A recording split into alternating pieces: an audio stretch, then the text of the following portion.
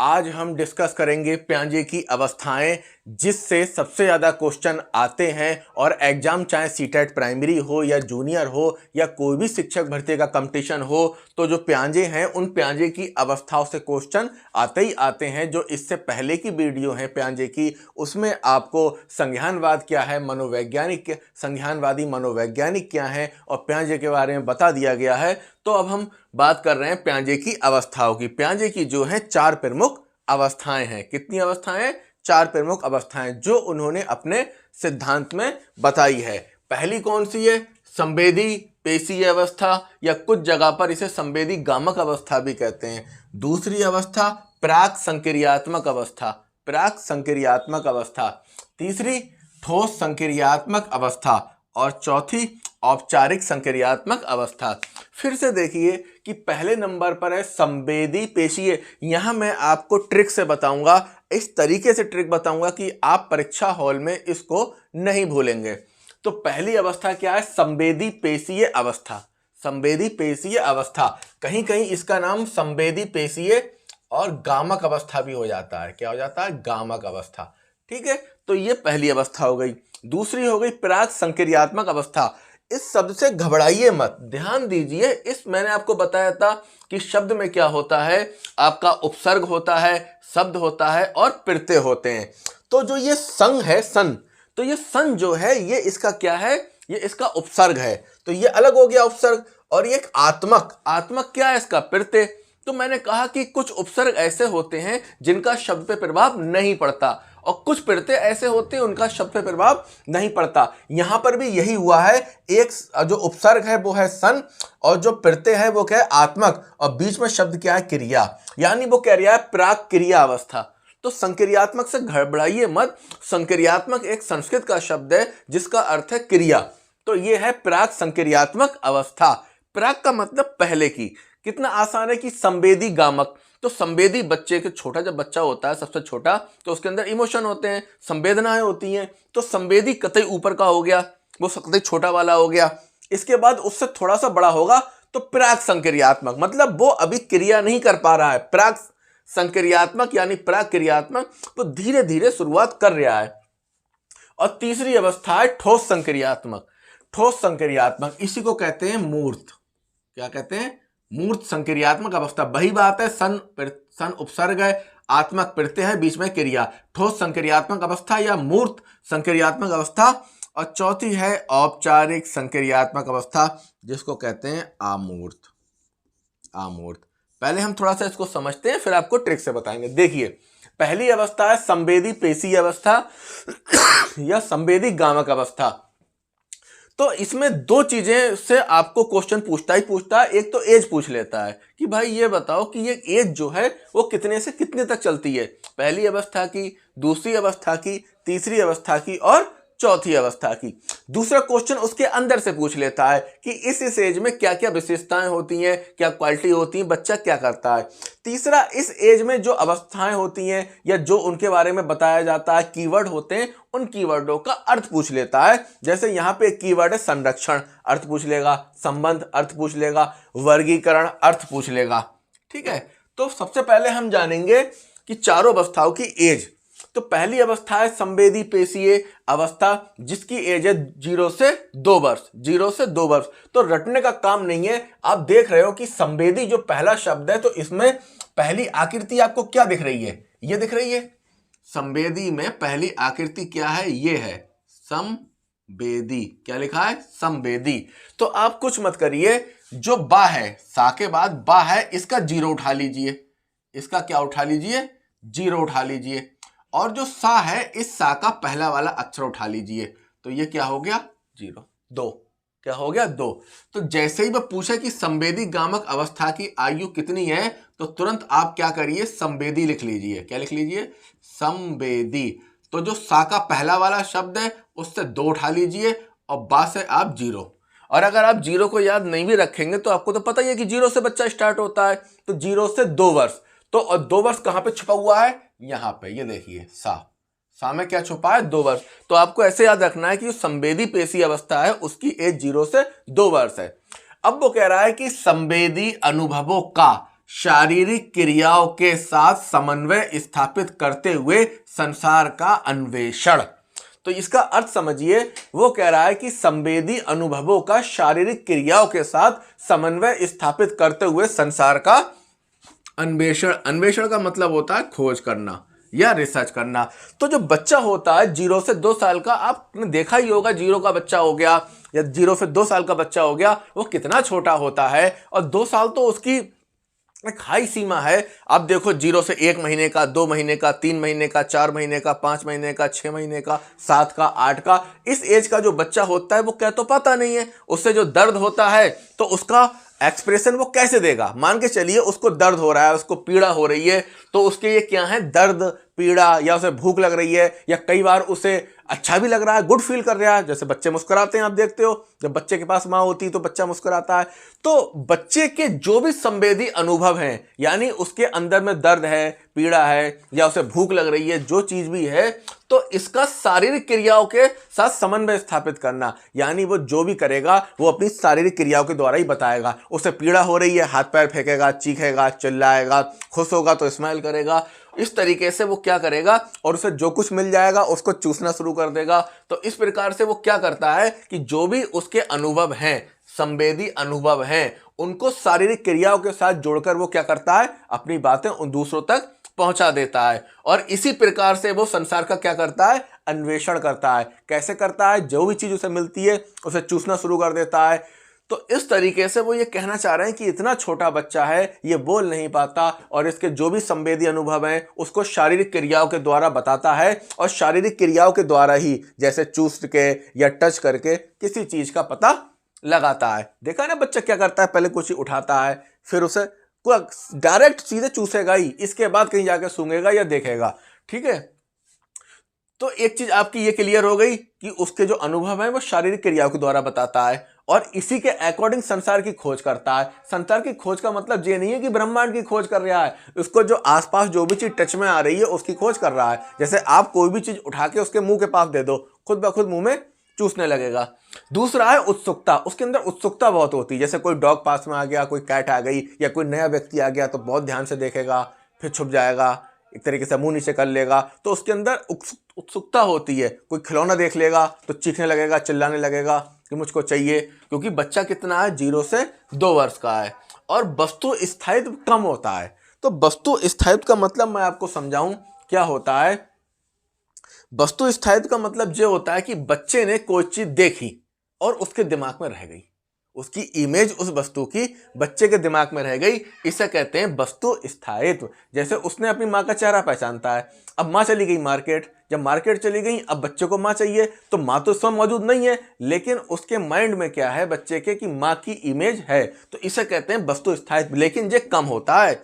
यहां मैं बता दूं, अगर वस्तु स्थायित्व वाली बात आ जाए अधिक करके, तो आपको प्राक संक्रियात्मक में मारना है। क्या करना है, ये क्या करना है, एक तरीके से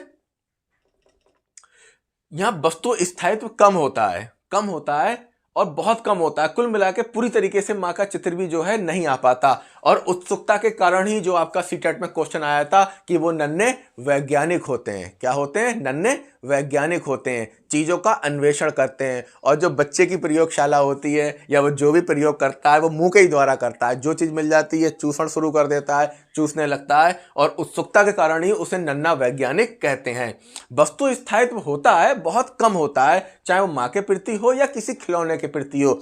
अगर उसने पड़ोसी के यहाँ कोई खिलौना देख लिया तो हल्की सी इमेज रह जाती है, ज्यादा गहरी और डार्क इमेज नहीं बनती, हल्की सी रह जाती है, क्योंकि बच्चे की एज कम है। तो हमने संवेदी गामक अवस्था में 3 बातें सीखी। पहली बात क्या सीखी कि उसकी एज 0 से 2 वर्ष होती है। इसको याद करने का तरीका है कि संवेदी, तो सा का आप 2 उठा लीजिए, सा का जो पहला वाला है अक्षर उससे क्या उठा लीजिए, 2 उठा लीजिए। ठीक है, तो 0 से 2 वर्ष, 0 से 2 वर्ष। और जो उसके संवेदी अनुभव होते हैं उनको शारीरिक क्रियाओं के साथ बेचारा एडजस्ट करके चीजों का पता लगाता है।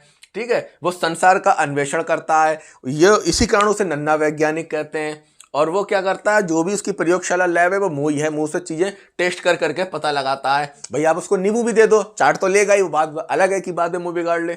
अब इसके बाद क्या है, एक आपने वीडियो देखी थी कि जैसे एक छोटा बच्चा था, उसको कुत्ता परेशान कर रहा था, तो उसने भी क्या करा, कुत्ते का मुंह पकड़ा और काट लिया, क्योंकि वो भी पता लगाना चाह रहा है क्या नहीं है।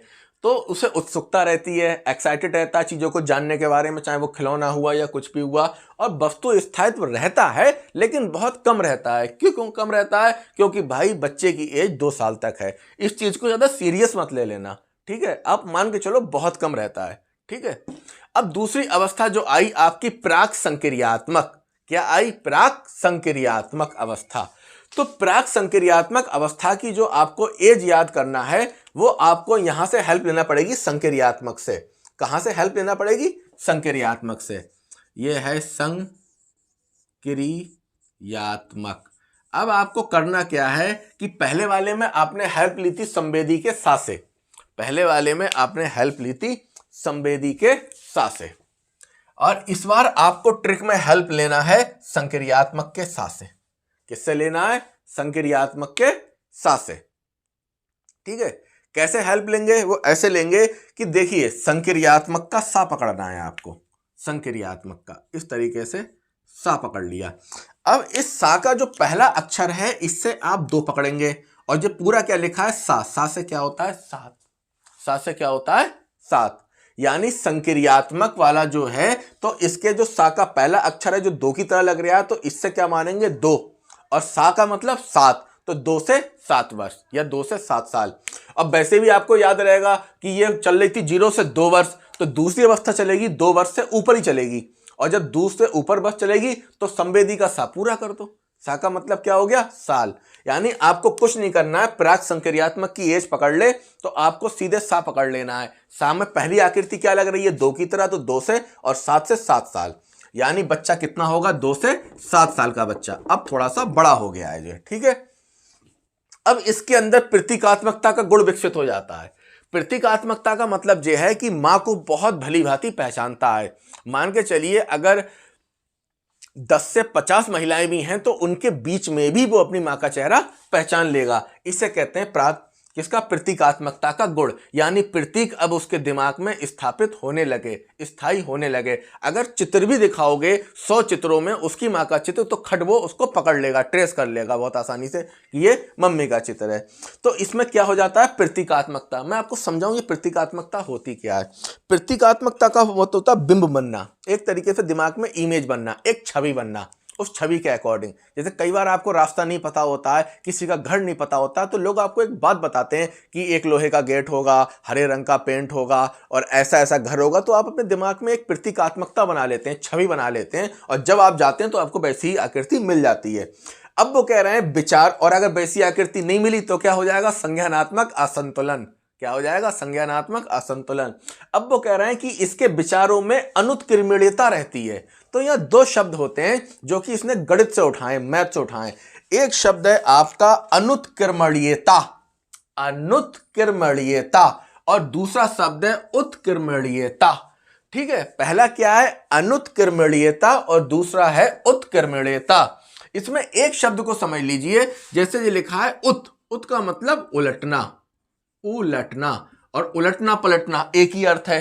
तो इसका मतलब होता है उत्क्रमणीयता का कि पलट देगा, और अनुत्क्रमणीयता का मतलब होता है नहीं पलट पाएगा, नहीं पलट पाएगा। अब इसका क्या मतलब है? पलट पाएगा, नहीं पलट पाएगा। तो उसके विचारों में अनुत्क्रमणीयता होती है, यानी वो अपनी बात को पलट नहीं सकता। कैसे नहीं समझ सकता? ऐसे नहीं कर सकता जैसे आपने बच्चे से पूछा कि पीलीभीत से बरेली कितने किलोमीटर है, आपने उसे जानकारी दे दी कि बेटा पीलीभीत से बरेली जो है मान के चलो 50 किलोमीटर है, ठीक है, या 55 किलोमीटर है। अब आपने इसे रिवर्स कर दिया कि अच्छा ये बताओ बरेली से पीलीभीत कितना है, वो नहीं कर पाएगा। यानी जो जानकारी सीधे रूप में आपने दी है तो सीधे रूप में तो दे देगा, लेकिन उसको उल्टे रूप में नहीं दे पाएगा, चीजों को अलट पलट के नहीं बता पाएगा। आपने कहा कि ठीक है, जो है अंजू है वो मंजू से बड़ी है, अंजू जो है मंजू से बड़ी है, अब बताओ छोटा कौन है। तो वो इस तरीके से आपकी किसी भी बात को पलट नहीं सकता। जैसे वो 2 गुणे 2 4 तो बता देगा, 2 दूनी 4 होते हैं, लेकिन उससे पूछोगे 4 भाग 2 कितने होंगे, वो नहीं बता पाएगा। यानी उसके विचारों में अनुत्क्रमणीयता होती है, वो किसी भी बात का सीधे जवाब देगा, पर उससे कहा इसको पलट दो, इसको उलट दो, तो वह नहीं बता पाएगा। आप उसे बताओगे दिल्ली बेटा यहाँ से कितने किलोमीटर है, पीलीभीत टू दिल्ली, तो पीलीभीत टू दिल्ली करोगे ऐसे करके आप, पीलीभीत टू दिल्ली, आप मान के चलो 300 किलोमीटर है, ठीक है। अब उससे कहोगे कि उल्टा कर दो कि दिल्ली से पीलीभीत कितना है, वो नहीं बता पाएगा। इसे कहते हैं अनुत्क्रमणीयता। दूसरी बात तार्किकता, उसके अंदर तार्किकता आ जाती है, लॉजिक लगाने लगता है। बच्चा बड़ा हो गया है ना, 7 साल का है, लॉजिक लगाने लगता है, तार्किकता लगाने लगता है। जैसे जब मम्मी को मार्केट जाना होता है, अब बच्चे को नहीं ले जाना है, तो वो जो भी तरीका अपनाया जाता है कि इसे छोड़ जाएं या किसी काम में लगा दें, इसे खिलौने दे दें, ये खेलने लगे, लेकिन बच्चा लॉजिक लगा देता है कि ज़्यादा ध्यान दिया जा रहा है, इसका मतलब कुछ गड़बड़ है। तो इस तरीके से उसके अंदर तार्किकता आ जाती है। दूसरी बात है जीववाद। जीववाद ये बहुत इंपॉर्टेंट कीवर्ड है और आपके कई बार एग्जाम में पूछा भी गया है। जीववाद का मतलब जो होता है कि बच्चे को लगता है कि हर निर्जीव चीज में जीवन होता है। जो चीज मृत है, जैसे मिट्टी है उसमें जीवन होता है, दीवार उसमें जीवन होता है, हर निर्जीव चीज में वो जीवन को मानने लगता है। और इसी कारण क्या होता है कि जब वो दौड़ता हुआ जाता है और वो जमीन पे गिर जाता है, तब जो बड़े लोग होते हैं घर के, वो क्या करते हैं, उसे उठाते हैं और जमीन को 2-3 हाथ मारते हैं कि अरे तुमने हमारे बच्चे को गिरा दिया। तो जब वो जमीन के 2-3 हाथ मारते हैं तो बच्चे को सेटिस्फैक्शन होता है, बोले ठीक है पापा ने क्या करा, जमीन की पिटाई कर दी। कई बार वो भागता हुआ जा रहा है, सामने कार खड़ी है, वो टकरा गया, कार से गिर गया, तो उसे क्या लग रहा है, कार में जीवन है। अब उसके घर से कोई व्यक्ति निकला, उन्होंने कार के 2 लगाए, 2 थप्पड़ ऐसे करके कार को मार दिए, इस तरीके से। तो बच्चे को लगने लगा कि हाँ मामला सही हो गया, इन्होंने अच्छा करा, इसको मारा। तो कहने का मतलब उसको हर निर्जीव चीज में क्या लगने लगता है, जीवन लगने लगता है। और उसके अंदर आत्म केंद्रीयता का विचार आ जाता है। किसका? आत्म केंद्रीयता। आत्म केंद्रीयता का 2 अर्थ हैं कि पहला अर्थ यह है कि उसके अपनी विचार सही है, उसकी अपनी बातें सही हैं। बच्चे को आत्म केंद्रितता में ऐसा लगता है कि वो जो कह रहा है वो सही है और उसकी बात सही है। और दूसरा, सब कुछ उसके लिए है, यानी जो भी कुछ है, चारों तरफ की जो भी चीजें हैं, ये सब किसके लिए है, उसके अपने लिए है। अगर किसी बच्चे में आत्म केंद्रित गुण आता है, और ये ऐसा नहीं है बच्चे में आता है, कभी कभी ये वयस्क लोगों में आ जाता है, तो उनके अंदर भी 2 लक्षण दिखाई देते हैं। पहला ये कि उन्हें अपनी बातें सही लगती हैं, उन्हें अपने विचार सही लगते हैं, और दूसरा ये, उन्हें लगता है कि सब कुछ उन्हीं के लिए है। इसके बाद नेक्स्ट कॉन्सेप्ट है इसमें कि वस्तु स्थायित्व अधिक हो जाता है। अब उसके दिमाग में चीजें जो हैं सेट होने लगती हैं, बैठने लगती हैं। और लेकिन एक प्रॉब्लम रहती है भाई, वर्गीकरण नहीं कर पाएगा। तुम उसे 10 तरीके के साबुन दे दो, उन साबुनों को वो वर्गीकरण में नहीं कर पाएगा कि ये कपड़े धोने का है, ये बर्तन धोने का है, तो यहां पे वर्गीकरण नहीं कर पाएगा। ठीक है, क्या नहीं कर पाएगा, वर्गीकरण नहीं कर पाएगा।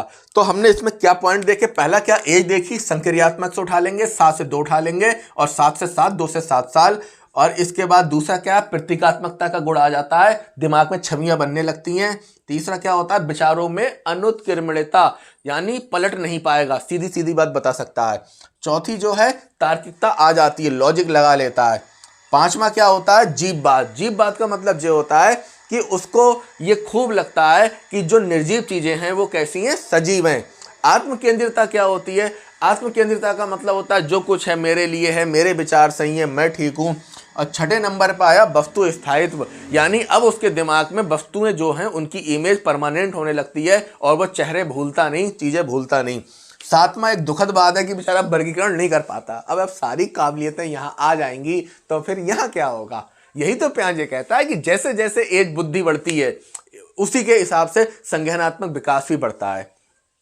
ठीक है, तीसरी अवस्था है ठोस संक्रियात्मक अवस्था।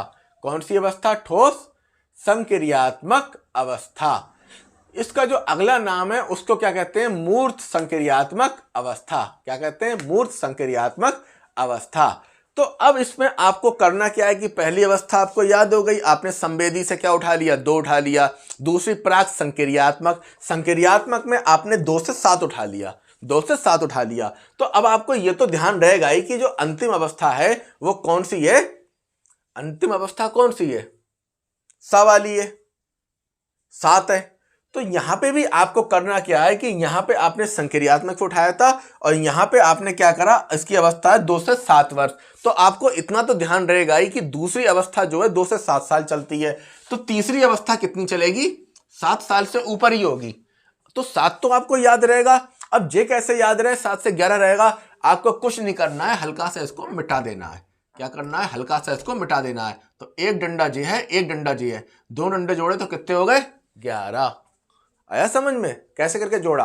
भाई आपको इतना ध्यान है कि ये आकृति क्या है, 7 है, यानी दूसरी अवस्था 2 से 7 साल चली थी, अब 7 साल से आगे की चलेगी ठोस संक्रियात्मक में। तो कुछ नहीं करना है, इसको 2 डंडों से जोड़ के क्या बना है 7, बस इनको जो ये ऐसे करके जुड़े हैं इनको अलग अलग कर दो, तो 2 से 7 वर्ष, 2 से 7 वर्ष, ये 7 है, एक डंडा जे है तो जे आ गया, दूसरा डंडा जे है तो जे आ गया, 2 से 7 वर्ष। ठीक है, ठोस और मूर्त का मतलब यह है कि बच्चा जो है वही चीज बता पाएगा जो उसके सामने है। मूर्त का मतलब जो उसके सामने है, जैसे मैंने कहा मार्कर, तो ये क्या है आपके सामने मूर्त है। अब मैंने कहा मार्कर, तो मार्कर सामने तो नहीं है, पर मैंने कहा पर आपके मन में है, मस्तिष्क में है, तो ये क्या हो गया आमूर्त। क्या हो गया आमूर्त। जैसे इस समय यहाँ पे गाय नहीं है, अब मैं कहूँ कि गाय घास चर रही है तो आप आमूर्त चिंतन करेंगे, और आपके सामने गाय खड़ी होकर चल रही है तो ये मूर्त हो गया। ठीक है, तो ठोस संक्रियात्मक याद रहेगा 7 से 11 वर्ष। केवल मूर्त या ठोस को देखकर ही युक्ति संगत तर्क कर सकता है। ठीक है, शाब्दिक नहीं कर सकता। इसका मतलब यह है कि आपने बच्चे को बताया कि बेटा क्या क्या है यहां पे, मान के चलिए ये मार्कर है, कि आपने बताया क्या कहा कि केवल मूर्त या ठोस को देखकर ही युक्ति संगत तर्क कर सकता है। वो जब अपने सामने चीजें देखता है तभी तर्क कर पाएगा और वर्णन नहीं कर पाएगा।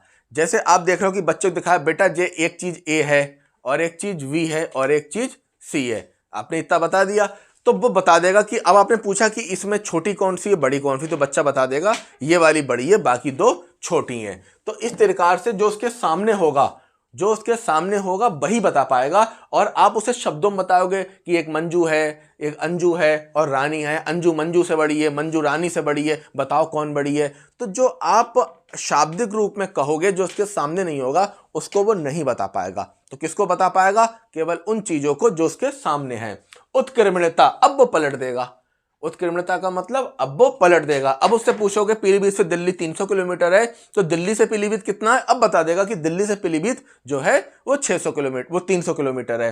संरक्षण मैंने बताया था कि 2 अलग साइज के बर्तन, ठीक है, एक बड़ा एक छोटा, पर मात्रा समान है। जिस बच्चे ने ये बात बता दी कि दोनों में मात्रा समान है, उसके अंदर संरक्षण गुण विकसित हो गया। संबंध, वो चीजों को कोरिलेट करने लगेगा कि इनका इससे संबंध क्या है, इस चीज का इससे संबंध क्या है, या दूध का संबंध किस चीज से है, चीनी का संबंध किस चीज से है, या वैसे भी वो अर्थ संबंधों को पकड़ने लगेगा। वर्गीकरण, अब वो वर्गीकरण कर लेगा। अब तुम उसे साबुन दे दो अलग अलग तरीके के, वो आराम से उसको डिवाइड कर देगा। तार्किकता, उसके अंदर लॉजिक आ जाएगा। और अगली और अंतिम अवस्था है औपचारिक संक्रियात्मक अवस्था। औपचारिक संक्रियात्मक अवस्था या आमूर्त संक्रियात्मक अवस्था। तो इसमें आपने देखा था कि ये 7 से 11 वर्ष हो रही थी, 7 से 11। अब ये क्या है, 11 से वयस्क अवस्था, 11 से वयस्क अवस्था, 11 से वयस्क अवस्था। अब क्या होगी, अब इसमें तर्क हो गया, बच्चा खूब तर्क करेगा, क्योंकि अब 11 साल से बड़ा बच्चा हो गया है ना वयस्क अवस्था तक। ये चलती है 21 साल तक वयस्क अवस्था, ठीक है, 21 से ऊपर भी चलती रहती है। मतलब 11 साल से ऊपर का जितना बड़ा बच्चा है वो सब किस में आ जाएगा, औपचारिक संक्रियात्मक अवस्था में। इसमें तर्क करने लगेगा, चिंतन करने लगेगा, आमूर्त रूप से चिंतन कर रहा है, यानी वो तर्क और चिंतन, लॉजिक और चिंतन आमूर्त रूप से अपने ही दिमाग में प्रोसेस करके बता रहा है। होता क्या है, जब आपके साथ भी होता है कि आपको कहीं बाहर घूमने जाना होता है और घर वाले परमिशन नहीं देते हैं, तो आप किस तरीके से अपने माइंड में जो बहाने बनाते हो कि कैसे करके धोखा दिया जाए, कैसे करके जाया जाए, तो ये क्या होता है, आमूर्त चिंतन होता है। तो इस तरीके से तर्क और चिंतन वो आमूर्त रूप से कर सकता है और क्रमबद्ध तरीके से कर सकता है, सीक्वेंस में कर सकता है कि पहले इस स्टेशन पर जाएंगे, फिर वहां से वहां जाएंगे, फिर वहां से फ्लाइट लेंगे, फिर वहां से उस एयरपोर्ट पर पहुंचेंगे, वहां से फिर ये चीज अडॉप्ट करेंगे, फिर यहां से वहां पहुंचेंगे। यानी वो चिंतन कर सकता है क्रमबद्ध रूप से। और समस्या समाधान काल्पनिक रूप से भी कर सकता है, यानी कोई समस्या आ गई तो मन में सोच कर ही कल्पना के रूप में उसका समाधान कर सकता है। और परिकल्पनात्मक चिंतन, परिकल्पनात्मक चिंतन का मतलब है जब समस्याएं आती हैं तो उसके संभावित क्या क्या समाधान हो सकते हैं उसको केवल माइंड में ही सोच सकता है। समझ लो अगर 11 साल से ऊपर का बच्चा है तो 11 साल से ऊपर का। चिंतन वस्तुनिष्ठ होता है। चिंतन वस्तुनिष्ठ का मतलब वैकल्पिक, बहुत से विकल्प होते हैं। आप देते हो परीक्षाएं, वैकल्पिक परीक्षाएं होती हैं, तो उसका चिंतन भी कैसा होता है, वस्तुनिष्ठ होता है। वस्तुनिष्ठ का मतलब ये होता है कई विकल्प और कई चीजें उसके दिमाग में चलती रहती हैं कि ये वाला ऑप्शन ठीक है, ये ठीक है, ये मैं ऐसे कर लूं, ये कर लूं।